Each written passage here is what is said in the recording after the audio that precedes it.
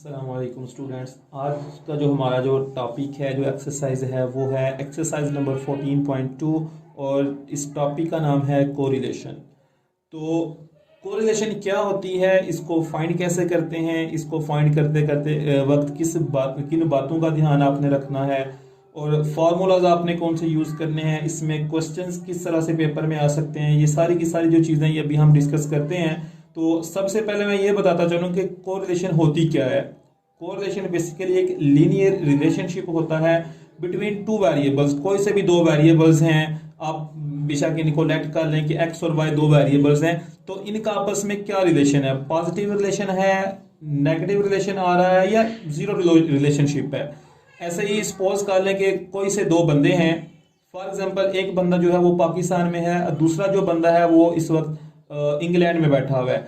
अगर तो आप देखें दोनों बंदों का कोई ना कोई आपस में रिलेशन होगा, दोनों दोस्त हैं या फैमिली मेंबर्स हैं या जैसे जानते हैं। अगर एक को कोई वहां पे कोई प्रॉब्लम होती है या उसको कोई खुशी मिलती है वहां पे, तो दूसरे बंदे को भी कुछ ना कुछ खुशी लाजमी होगी, लेकिन डिपेंड करता है कि उनका आपस में रिलेशन किस तरह का है। ठीक है, तो अगर तो वो दोनों बहुत अच्छे दोस्त हैं या सगे भाई हैं, तो उनका जो आपस का रिलेशन है वो बहुत ज्यादा खुशी होगी, तो उनका जो आपस का रिलेशन है वो स्ट्रांग रिलेशन होगा। लेकिन अगर उनका आपस में रिलेशन ही नहीं है, एक बंदा इधर पाकिस्तान में है, इंग्लैंड में इस वक्त कितने ही बंदे हैं, किसी को कोई प्रॉब्लम है, किसी को कोई प्रॉब्लम है, लेकिन हमें इसका कोई फर्क नहीं पड़ रहा। क्यों? क्योंकि मैं उस बंदे को जानता नहीं हूं। इट्स मीन उसका और मेरा जो है वो जीरो रिलेशनशिप है, तो कोरिलेशन जीरो होगी यहाँ पे। लेकिन अगर एक ऐसा बंदा है जो आपको थोड़ा बहुत जानता है, माइनर सा उसके साथ आपका रिलेशनशिप है, तो अगर उसको कोई तकलीफ होती है वहां पे या उसको कोई वहां पे कोई खुशी मिलती है, तो आपको भी थोड़ी सी खुशी होगी, लेकिन वो थोड़ी सी होगी, माइनर सी होगी। हम उसको वीक कोरिलेशन कह सकते हैं या फिर हम उसको एक एवरेज टाइप कोरिलेशन कह सकते हैं। तो अभी हम ये देखते हैं कि इसकी जो कोरिलेशन है इसको हम शो किससे करते हैं। कोरिलेशन को हम शो करते हैं आर से, हम स्मॉल आर से इसको हम शो करते हैं। ये इसकी जो रेंज होती है, यानी इसका जो आंसर आपका आता है वो कहां से लेके कहां तक आ सकता है। तो याद रखें इसका आंसर +1 से एक्सीड नहीं कर सकता, यानी कभी भी +1 से इसका जो आंसर आएगा कोरिलेशन का वो ऊपर नहीं आएगा, हमेशा 1 या 1 से नीचे रहेगा। और इसी तरह ये -1 से कभी भी नीचे नहीं जाएगा। तो जो कोरिलेशन है वो हमेशा -1 से लेके +1 तक आपका इसका आंसर आएगा। तो ये बात लाजमी ध्यान रखनी है, क्योंकि अक्सर स्टूडेंट्स क्या करते हैं, जब वो कोरिलेशन फाइंड करते हैं तो उनके आंसर जो है वो 1 से बड़े आ रहे होते हैं। 2 आ रहा है, किसी का 10 आ रहा है, किसी का 100 तक आ रहा है। तो अगर आपका ये आंसर आ रहा है तो इट्स मीन आपने कोई कैलकुलेशन में लाजमी गलती की है, उसको दोबारा से देखें और उसको ठीक करें। तो नेक्स्ट हम बात करते हैं यहाँ पे कि ये पॉजिटिव कोरिलेशन क्या है, नेगेटिव कोरिलेशन क्या है और इसकी जो जीरो कोरिलेशन है वो क्या है।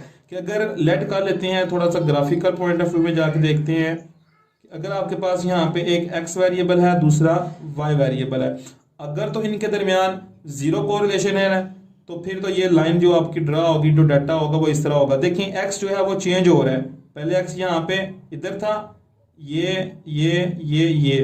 एक्स देखें जब इधर था तो वाई आपका इधर है, एक्स इधर पहुंच का, लेकिन वाई को कोई फर्क नहीं पड़ा, वो इधर का इधर ही है, वो इसी पॉइंट के ऊपर है। एक्स को आपने जितना भी एक्सीड करें लेकिन वाई के ऊपर कोई फर्क नहीं पड़ा, तो इट्स मीन इसकी जो कोरिलेशन है वो जीरो होगी। लेकिन अगर आपका जो एक्स है उसको चेंज करने से, मैं यहाँ पे एक्स को चेंज करता हूँ, पहले एक्स यहाँ पे है, देखिए मैं इसको चेंज कर रहा हूँ, एक्स पहले इधर है फिर इधर, ये हर पॉइंट के ऊपर चेंज होता जा रहा है, ऊपर की तरफ मूव कर रहा है। तो देखें वाई भी पहले इधर था जब एक्स इधर है, फिर जब एक्स इधर आया तो वाई किधर आ गया, वाई इधर आ गया, ये इसके सामने। इससे जब एक्स ये बना तो वाई इधर आ गया, यानी एक्स के चेंज होने के साथ साथ वाई भी चेंज हो रहा है। तो इट्स मीन क्या होगा, ये एक और रिलेशनशिप क्या है, दोनों में इंक्रीज आ रहा है। अगर मैं इसको इंक्रीज कर रहा हूं ना, ये देखें आगे की तरफ मूव कर रहा है, तो ये भी आगे की तरफ ही, ऊपर की तरफ ही मूव कर रहा है। तो इट्स मीन ये एक पॉजिटिव कोरिलेशन है इसके दरमियान। और अगर हम ये देखते हैं कि नेगेटिव कोरिलेशन क्या होती है, तो ये देखें नेगेटिव कोरिलेशन तब आती है जब एक जो है उसकी डायरेक्शन डिफरेंट है और दूसरे की डायरेक्शन जो है वो उसके अपोजिट होगी। अगर एक्स जो है वो इंक्रीज हो रहा है, ये देखें इंक्रीज है, तो वाई जो है वो नीचे की तरफ डिक्रीज हो रहा है। एक्स जो है वो पहले इधर है, तो देखें आगे की तरफ मूव कर रहा है, ये पहले इधर, लेकिन वाई पहले इधर था, ऊपर था, लेकिन अब इसके इंक्रीज होने के साथ साथ ये नीचे आ रहा है।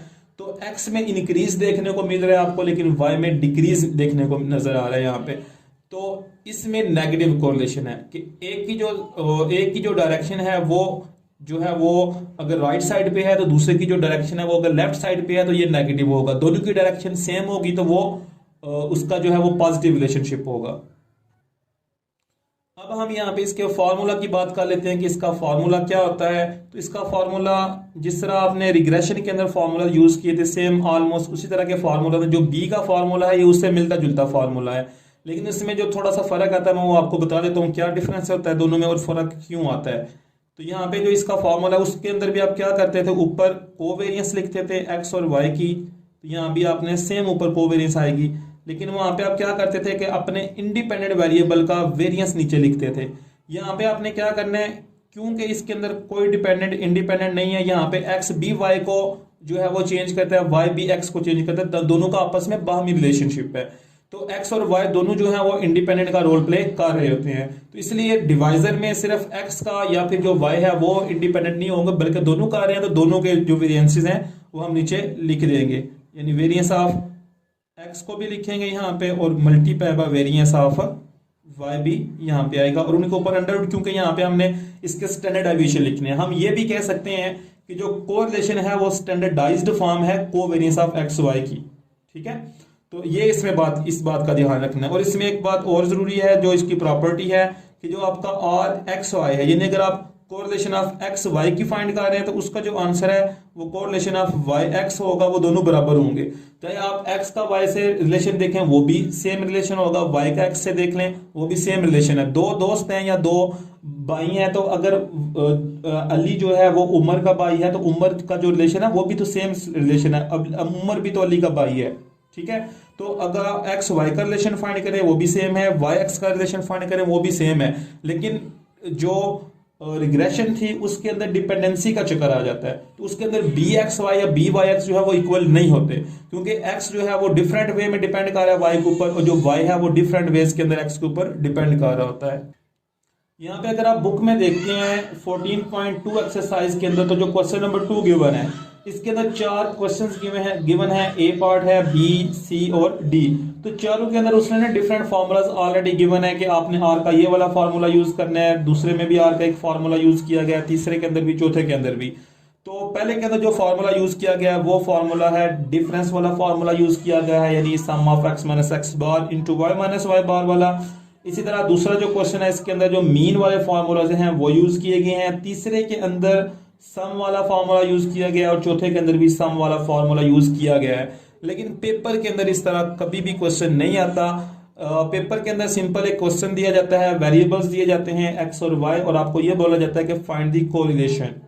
तो उसके लिए मैं यही रिकमेंड करूंगा बजाय इसका कि आप ये अलग अलग फार्मूला याद करें, आप एक ही जो जनरल फार्मूला है इसका जो मेन यूज भी होता है और जिसका सबसे ज्यादा यूज किया जाता है वो मैं आपको रिकमेंड करूंगा कि आप हमेशा वो वाला कोरिलेशन का फार्मूला लिखें। तो ऊपर आपने कोवेरियंस का फार्मूला लिखना है और वो होता है N sum of X Y, जो आपने फार्मूला यूज किया था रिग्रेशन के अंदर, सम ऑफ एक्स और सम ऑफ वाई। डिवाइजर में आपने वेरिएंस ऑफ एक्स का फार्मूला लिखना है पहले, लेकिन अंडर रूट के साथ, क्योंकि ये स्टैंडर्ड डेविएशंस हैं आपके पास। तो यहाँ पे लिखना है N sum of X square minus sum of X का होल स्क्वायर। अब इनको मल्टीप्लाई करना है आपस में आपने। यहाँ पे अक्सर स्टूडेंट्स गलती ये करते हैं कि यहाँ पे माइनस का साइन लगा देते हैं, माइनस नहीं यहाँ पे करना, ये दोनों मल्टीप्लाई हो रहे हैं। और इस तरह सेम फार्मूला वाई के साथ आपने लिख देना है एन सम ऑफ वाई का square minus sum of Y का होल स्क्वायर। तो ये वाला फार्मूला आप यूज करें बजाय इसका कि आप वो जो 4 फार्मूलाज हैं डिफरेंट आप उनको रट्टा लगाएंगे तो आपको एक भी याद नहीं होगा।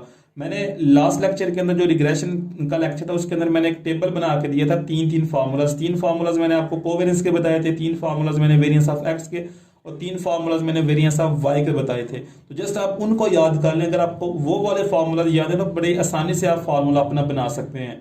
तो आप ये वाला फार्मूला यूज करें और ये वाला फार्मूला यूज करें या कोई और फार्मूला यूज करें, आंसर आपके क्योंकि सेम आते हैं। तो ये वाला फार्मूला एक इजी भी है, इसके साथ कैलकुलेशन भी आसानी से हो जाती है और ये इतना लेंथी नहीं है और जल्दी जल्दी ये क्वेश्चन इससे सॉल्व हो जाता है, टाइम बहुत कम लगता है। तो आप ये वाला फार्मूला यूज करें इसके।